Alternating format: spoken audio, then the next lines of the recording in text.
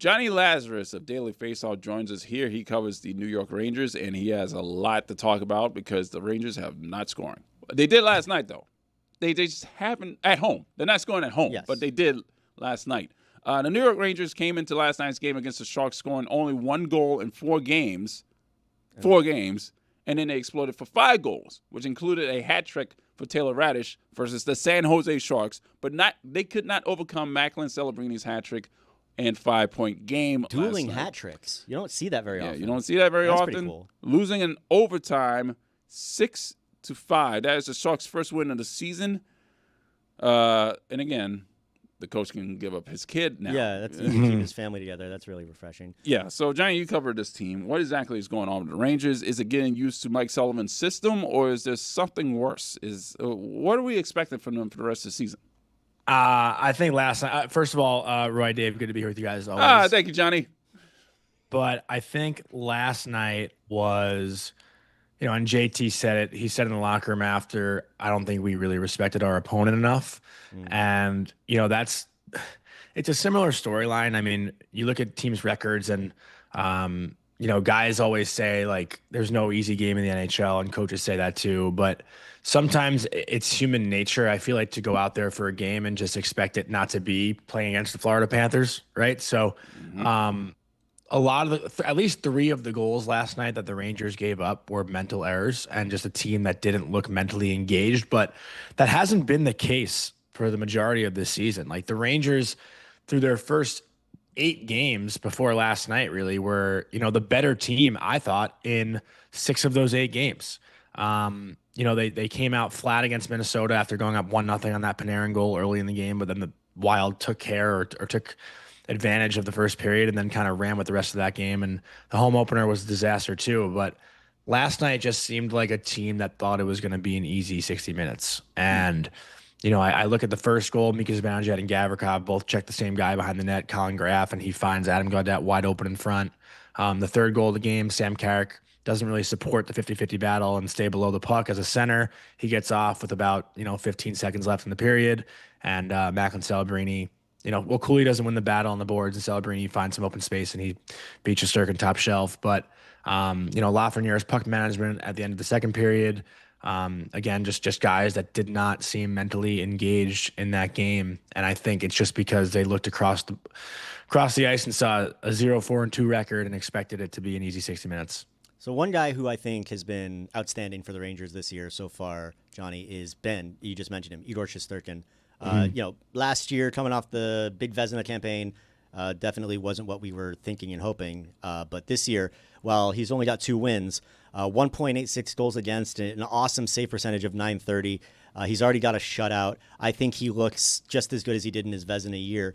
But are you seeing similar, and is that kind of a reason for optimism for the Rangers amid this, not so great start? Yeah, the only thing I would argue against that is saying in the Vezina year, the Rangers were being totally outplayed, especially in their own end. And Igor had to put up with a lot of crap, where this year, for the most part, there hasn't really been a lot of loud chances against. The Rangers have done a pretty decent job in their own zone and, not getting hemmed in and not honestly allowing a lot of odd man rushes. Last night was the first game I can think of where, the chances against were really noisy, and it seemed like they were coming, nonstop. So while Shesterkin has certainly been great this year, I don't think he's been tested as much as he was in that Vezina year. Granted, it's still 9 games in, and that could certainly become a trend, but the Rangers have really done an excellent job for the most part at defending in front of him. Last night was not one of those cases, and that's why you saw the Sharks put up 5 goals. But in the previous 8 games, while he's had to come up big in a lot of those games, I don't think it's nearly the workload that he's had in years prior. You noticed that center ice last night during pregame skate, Ryan Reaves, and I believe it was Artemi Panarin having a nice conversation. And as they wrapped up, as Ryan Reaves was about to skate away, Matt Rempe skated over and must have said something to Revo, because those two got into a pretty massive fight. A couple of heavyweights going at it, and I mean it was just haymaker after haymaker. And Matt Rempe ended up leaving the game early after this fight with an upper body injury, and clearly it was because he took a couple of haymakers to the head. What a fight. Because Rempe is a terrible fighter. Rempe's the only guy that I've ever seen make Ryan Reaves look anything but massive. Like, I always used to look at Ryan Reaves like this guy is like Frankenstein on the ice. He's huge. But then I look at him next to Rempe, and holy cow. Like, he makes Ryan Reaves look normal-sized. Yeah, he managed to pull the jersey over Revo's head and put some hammer fists on him, but that's pretty much it. Describe the scene for us. What exactly happened? Well, the warm-up conversation, again, like, I think everyone knows the relationship and friendship between Ryan Reaves and Artemi Panarin, especially after, I think it was on Missing Curfew, where Ryan Reaves was talking about how him and Panarin used to like play basketball or something and drink some vodka like after games. So those two guys, that was clearly a friendly conversation happening at center ice. And, Rempe took his opportunity to get Revo at the red line and give him a heads up that he wanted one. And those two have had some, I guess previous history going back to the Rangers in Toronto a couple years ago when Reaves was there and Reaves was put in the lineup basically to fight Rempe. But again, like whenever you see a heavyweight on the other side, it's somewhat anticipated that those two were going to go at it at some point in the evening. And, I think last night Rempe kind of went at a perfect time. The Rangers had a really slow start to the game. Ryan Reaves throws a big hit on Juuso Parssinen, and Rempe steps up for his teammate and tries to get the crowd going, because the crowd last night, and, warranted, they were dead because the Rangers came out the first 2 minutes. San Jose dominates and they score a goal, and that quiets the crowd. So, we didn't ask Mike Sullivan what he thought of the timing of Rempe's fight. I would have imagined he would have said, it was necessary because it did give the guys a boost a little bit. I mean, Raddysh did score, actually, I think the Sharks scored the next goal after the fight, but that was a weird bounce in the power play. And then Raddysh came out and scored a couple minutes later. But that said, obviously, you don't like the result of losing a player for the rest of the game. So, it's tough. It's part of hockey. I know some fans like it, or some fans don't like it. Other fans do. I think it's great theater always if guys are willing to put their body on the line. Sometimes that does sacrifice a little bit, but it's always been a part of the sport, and it's a part of the beauty of the sport too. That's what separates us, I think, from the other sports. So, I was a fan of it. It got the building going. Ryan Reaves and Rempe are both great showmen. Obviously, Revo had that great quote after the game too, just talking about how it all went down, and basically told Rempe off the draw, like, let me run somebody and then we'll go. But yeah, I mean, who doesn't love a center ice fight like that, So looking at the standings right now, we're about, 2.5 weeks into the season. And I like how many surprises we're seeing, Johnny. Looking in the Atlantic, Montreal and Detroit, both leading the way, young players. It's fun to see the excitement from there. Over in the West, Chicago looking really good. Spencer Knight, great in goal. Our boy Frank Nazar looking spectacular along with Connor Bedard. And then the Oilers and the Kings, the other side of the spectrum. Maybe not where we expected them to be. Yep. So as we talked about surprises early in the season, anything jump off the page at you? I mean, honestly, does it have to be a team? No. No, it could be a player. It could be a team. It could be whatever. It could be a favorite podcast. I think this Matthew Schaefer story has been unbelievable. Nice. Obviously the Islanders had a big 7-2 routing win last night against a team that was pretty hot in Detroit, right? Like they were on a pretty good run before losing to Buffalo the other night. But, the Islanders, again, were a team that I don't think many people thought would make the playoffs or even do think will make the playoffs. Right. But the fact that they're 4-3-0 right now and their 18-year-old first overall pick has been their best player. Yeah. With Barzal too. I'll give Barzal a lot of credit also.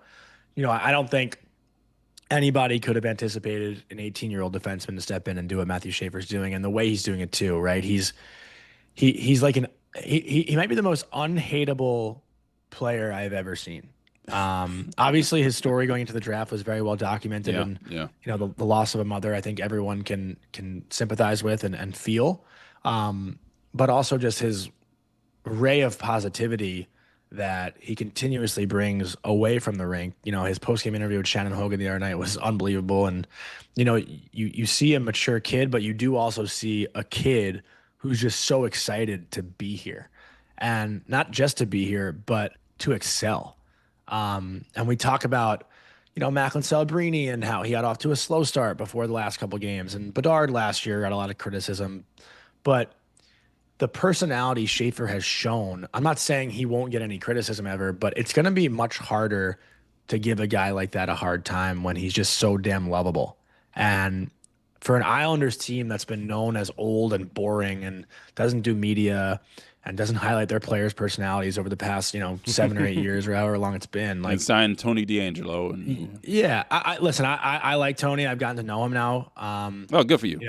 Yeah, I didn't, obviously I didn't know him when the narratives around him were coming out, and I had my judgments. But when you get to know somebody, I think that changes judgments a little bit too.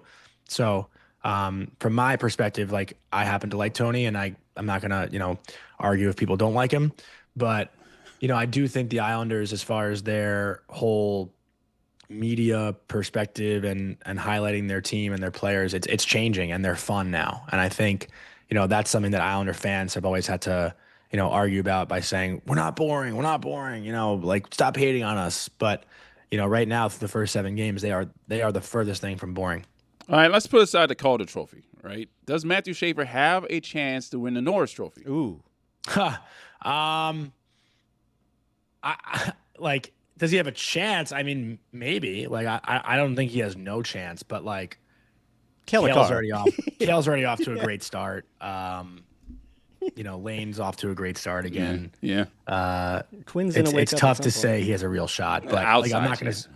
He's definitely in the he's in the conversation so far, for sure. Which is pretty impressive considering he's played 5 NHL games or whatever it is. Yeah, 18 years old. Yeah, that sort of thing. Yeah. Yeah, it's just a question. I mean, he's showing signs of somebody who can actually be an excellent defenseman in this game.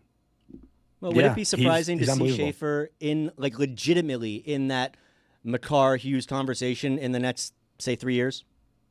Before that, maybe. Yeah. Wow. I think was Lane in that conversation? I don't know if Lane was. He got some Norris votes last year, didn't he? Get a couple? Like, he was right up there. Yeah, but I don't know. I still don't know if in that those two are so different. The Hughes and Makars. While Lane's still an incredible skater, the explosiveness that those two still have over every other defenseman is insane. Like, Werenski has shown it a bit at times too, but that's more north-south versus lateral hip mobility. Like, the way that Kale and Quinn can, do that mohawk and turn their hips and just beat guys honestly with their legs opened up versus just going straight down. Mm-hmm. It's wild. The talent it takes to have the skating ability of those two is something I have not really seen. But again, Schaefer is very special, and I don't think we've seen an 18-year-old defenseman step in and look like this ever. A natty hattie for Logan Cooley in the first 5 minutes. Are we expecting big things from the Utah Mammoth? Yeah, I mean, also, again, on home ice, I think they're perfect so far this year. And Nick Schmaltz, Dylan Gunther, Clayton Keller, those three together have been on fire as well.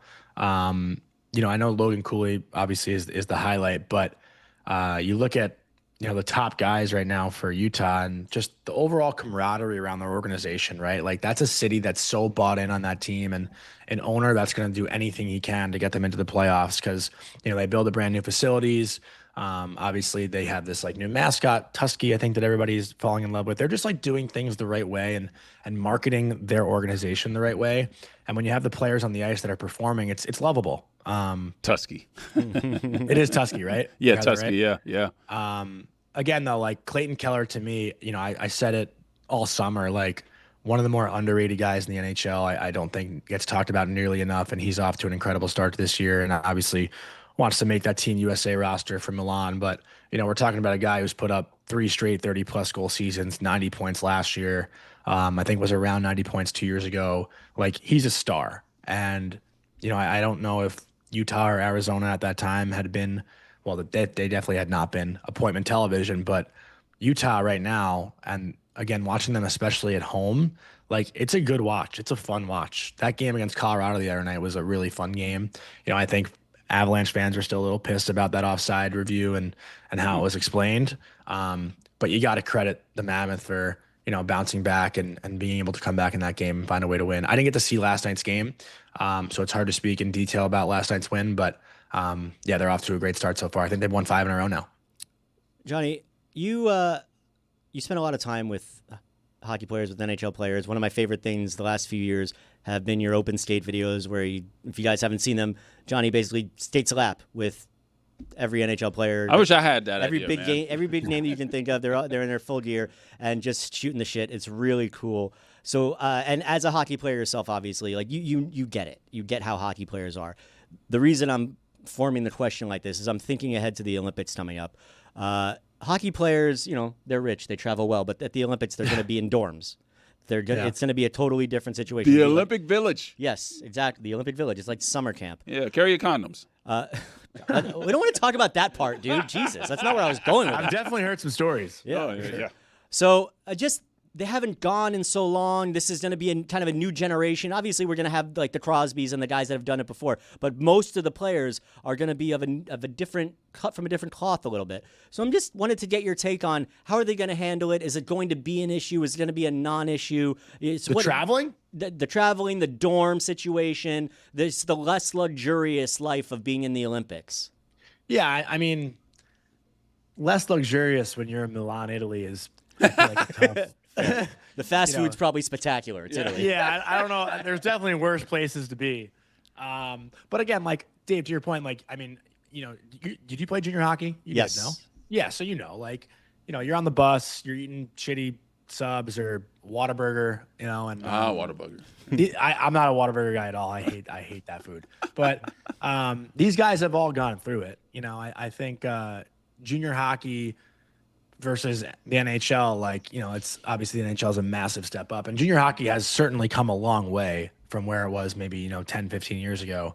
But when you're also in the Olympics and representing your country and doing all that kind of stuff, like I don't think these guys give a damn like where they sleep, where they're staying. I think it's all about being on the ice and the bonding off the ice, and even if it's not as luxurious, that's still something to bond over, right? So I know a lot of guys had, and I think in the Pee Wee Quebec tournament, you're supposed to like stay with random people and stuff when you're young, like you're in like 7th grade. But I'm sure a lot of these guys have experienced something like this at some point. So I don't think it'll be like some sort of culture shock. And finally, are you surprised at how well Brad Marchand at an advanced age? No. What do you mean? Okay. Not Has been surprised. playing. You're not impressed. Okay. Not surprised. Not surprised. All right. Well, neither am I. But at 38, yeah. I mean, we are throwing out useless Sidney Crosby stats. But yeah, are you surprised at how well he's playing right now at again an advanced age? No. Dave said it already pretty much, but also like the Panthers needed someone to step up with Barkov and Kachuk's absence. And I think everyone kind of pointed the finger at Marchand, and Marchand has been, a top line player, for the majority of like the last 75% of his career. At the early parts of his career, he's more third line, bottom 6 kind of guy, but helped teams win. And I know last year he was playing third line, but this is a guy who's, been, 90 plus. I think he had a 100-point year. Yeah, he had a 100-point season maybe like 5 or 6 years ago. So he's been a top guy, in multiple stages of his career, and he has shown no signs of really slowing down. Obviously had some surgery, prior to last season, and maybe Boston wasn't the best team last year, so the numbers may not have been there. But this is a guy who's been a prolific 20-plus goal scorer, plays power play, does everything, and comes up in big moments too. So no, I'm not surprised at all. I don't think anyone really is. All right. Oh, man. It's always great having you on the show, Jonny. I mean, one of these days, you have to come down, and we'll all of us, full gear, go down to the Baptist Iceplex and just skate around and do nothing. Say less. Winter Classic. You're going to be down here for Yeah, it, you're going to be down here for Winter Classic? Yeah, and I'll have my skates with me, so maybe I'll throw my stick in and some other gear, and we can mess around. I was down there for the SoFlo thing this summer. That was great. Yeah, that's for the true. 3-on-3? Yes, 3-on-3, yeah. Nice. Yeah, they do a great job. That was a lot of fun. I mean, sharing the ice with like Lev Shunov and who else was out there? Obviously, Brandon Duhaime. I mean, Brandon Duhaime is like the perfect representative for hockey in Florida. That kid is unbelievable. Seems like His a really personality, fun guy. such a sneaky good personality. But yeah, they do a really good job. Cole, Blatchman, and Timmy with that league. So shout out to those guys. It was a lot of fun this summer. Thank you, man. I mean, excellent. You're going to come down here at the end of December. We're all going to get together, and you can watch me fall on my ass. New Year's Eve. New Year's Eve. It's going to be a great – it's going to be a party. Hopefully I can drink. All right. Thank you, Johnny, for joining us. This is excellent. Jonny Lazarus, everybody. Thanks, Roy. Thanks, Dave.